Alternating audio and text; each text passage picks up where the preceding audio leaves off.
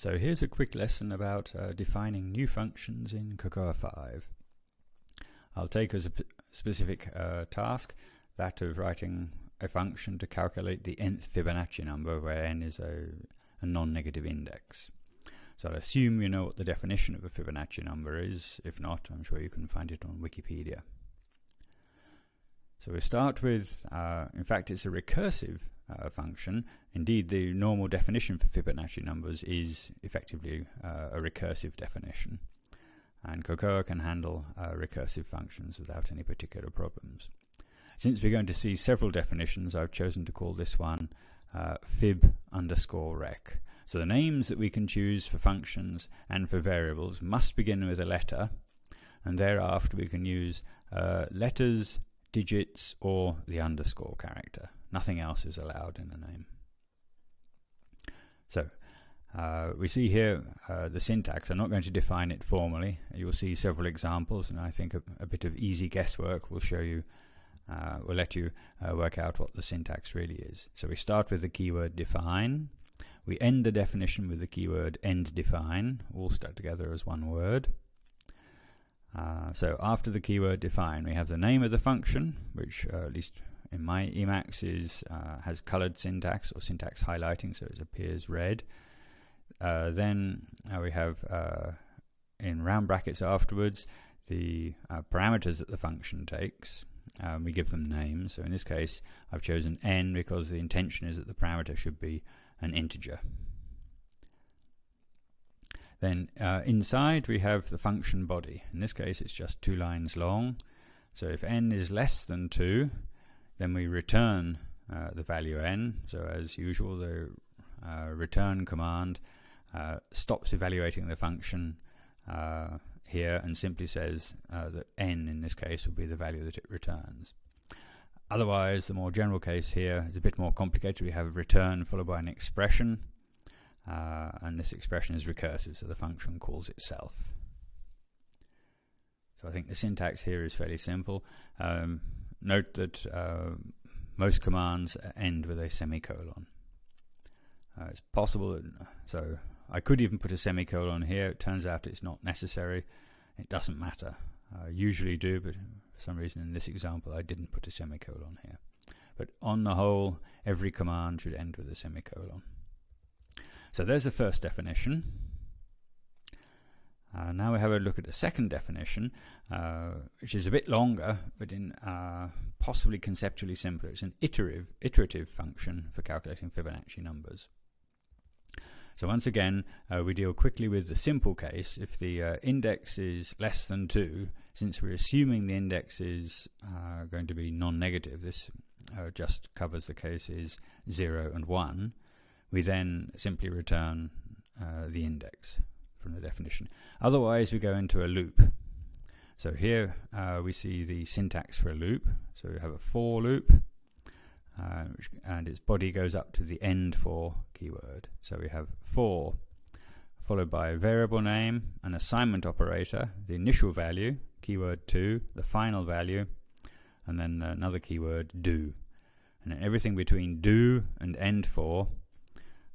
So these lines here, that's the body of the function, the ones that are highlighted.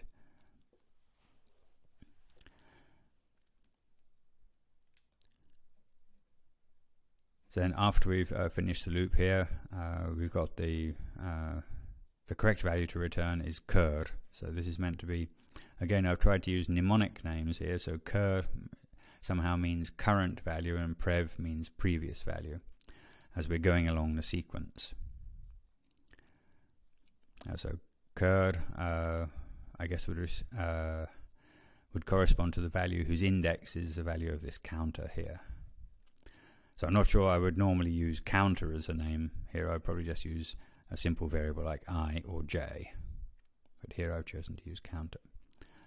So this is another function. This one's not recursive, it's iterative.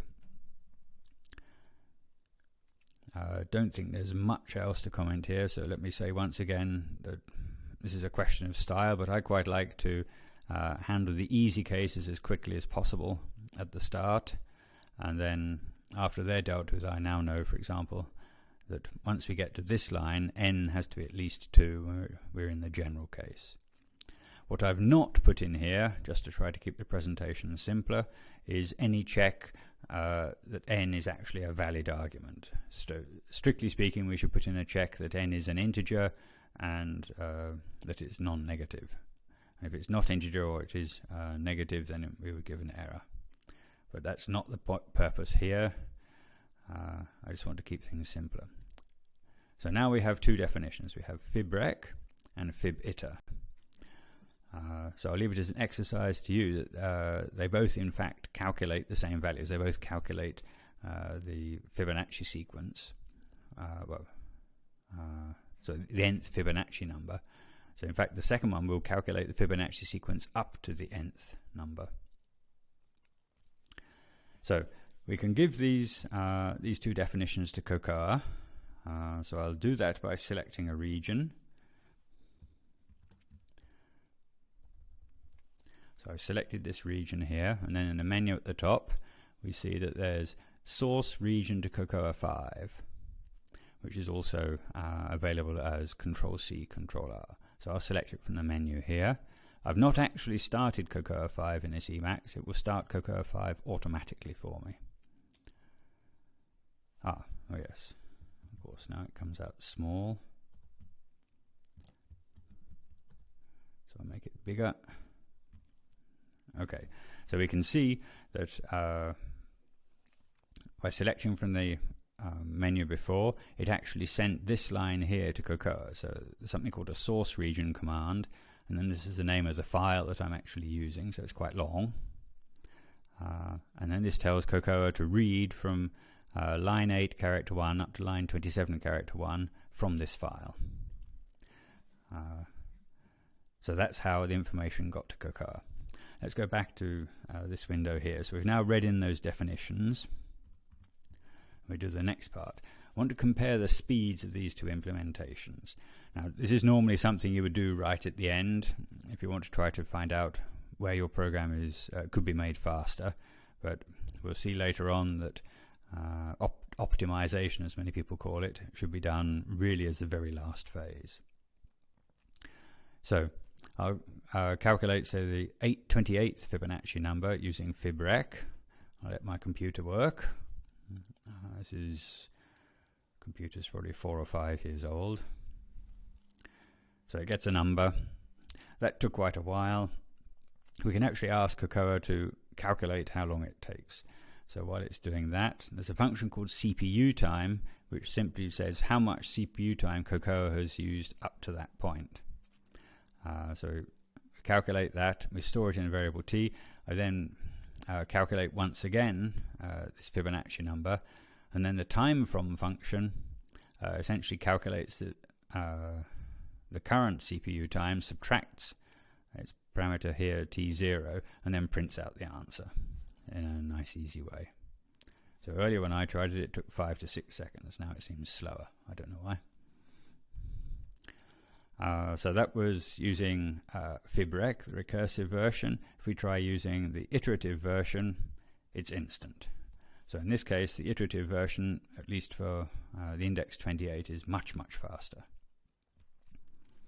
In fact, if we try other values, we find that the iterative version is always much faster. So that's fairly impressive. Now, it turns out there's a built-in Fibonacci function which we can use.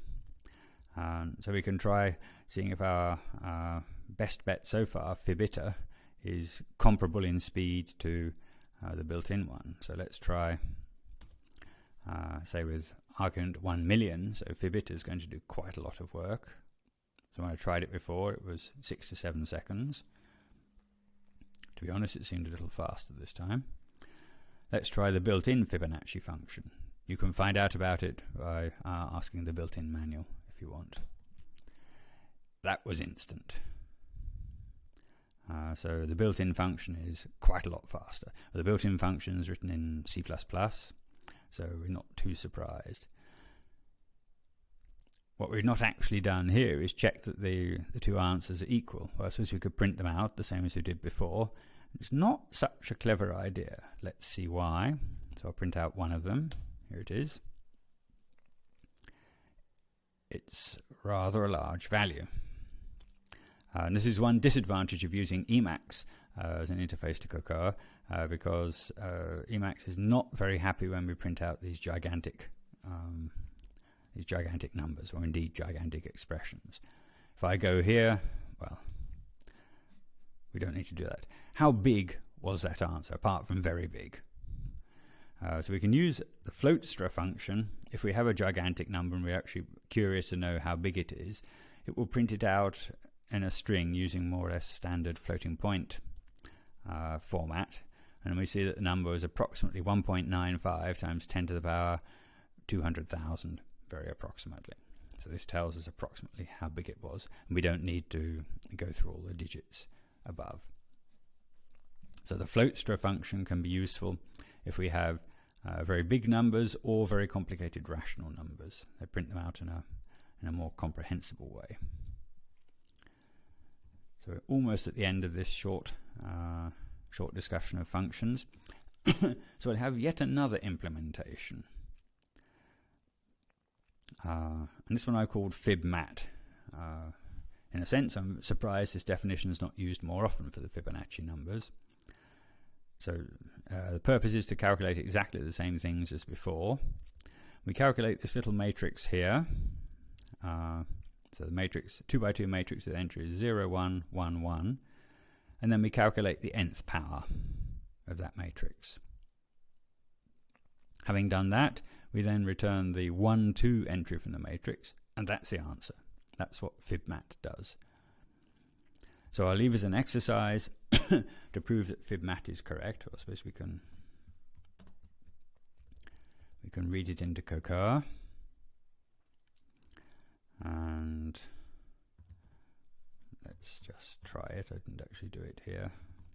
Fibmat. Let's see if that actually agrees with the built-in function. So I'll calculate both values again and see if they're equal. So that was actually pretty quick. So fibmat for an argument of 1,000,000 is quite quick, because it calculated both fibmat and Fibonacci, and it verified that they're the same. So fibmat was faster than fibiter. But on the other hand, fibiter was written in CoCoA language, whereas fibmat is also in CoCoA language, but most of the work is done by computing this power of a matrix, and that's actually done by C++ code. So you could say it's unfair. So maybe if we converted fibiter into, or translated into C++, perhaps it would be quicker. What do you think? Maybe later on we can try this. So I've more or less given the answer to part C here. So if you were to translate fibmat into C++, we actually wouldn't expect it to be much faster, because most of the work is done in this exponentiation here, and that's already in C++ code. So we wouldn't expect a big difference. So one particular point I want to make here, especially with this possibly slightly unusual definition of function for calculating Fibonacci numbers, is it's actually much faster than what we saw before. So the important thing is that this little function here, with the right algorithm, that's going to be faster than any version we could get of this iterative one here. Even if you write it in C++ and try to do all sorts of clever optimizations and so on, it's never going to be as fast as fibmat. And that's one reason why we want to do these optimizations very much at the end, when we're sure that we have the best algorithm.